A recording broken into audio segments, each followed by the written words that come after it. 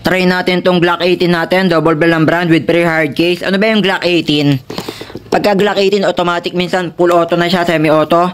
Dual mode yan ha. Ibig sabihin ng dual mode, meron siyang semi-auto at full auto.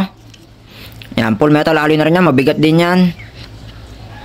Yung full auto, yun yung rapid fire o rat-rat na tinatawag. Konting montage lang tayo.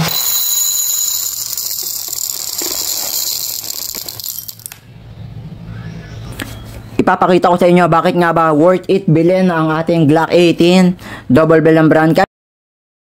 Kahit budget meal lang yan, quality yan mga sir. Papakita ko sa inyo yung performance niyan mamaya. Lagay lang ulit tayo ng babies.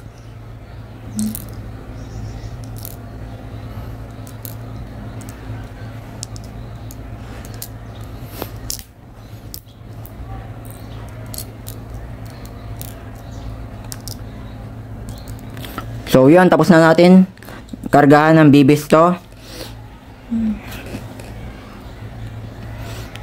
So paano nga ba siya lagyan ng green gas? Ito press nyo lang yan sa ilalim. Yan, kung gusto nyo pwede naman yan Then tatanggalin nyo yung takip.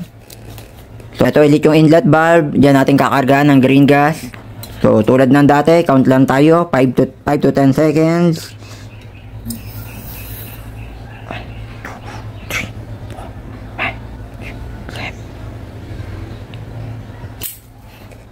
So goods na yan. Babalik na natin yung takip.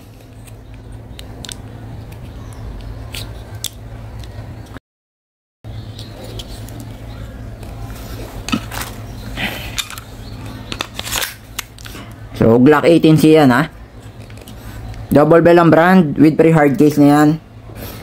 Explain ko lang bakit nga ba to dual mode. Yan, pag nakataas siya, ibig sabihin yun yung semi-auto o yun yung single fire. Then, pag binaba nyo yan, yun yung full auto rapid fire na tinatawag. Yan. So, ito, single fire lang tayo, semi-auto lang yan. Yun yung single fire na tinatawag. Ibababa naman natin. Ito yung rapid fire. Bababa lang natin dito. Yun. Then, diba? Solid na solid. Quality, diba?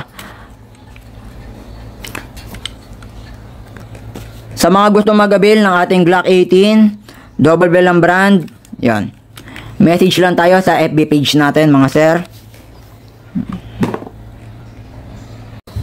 FPS test lang tayo ng ating Glock 18. 297 287. Yan, medyo siguro paubos na yung gas kaya bumababa na. Yan, 294, medyo tumaas. Yan, so nagra-range siya ng 300 yung FPS na ito. So pagka nag-cock na siya, yan, nakita nyo naman ibig sabihin yan, ubos na yung bala. Pakita natin. So yan wala nang bala. Para na rin siya totoo, press nyo lang yan.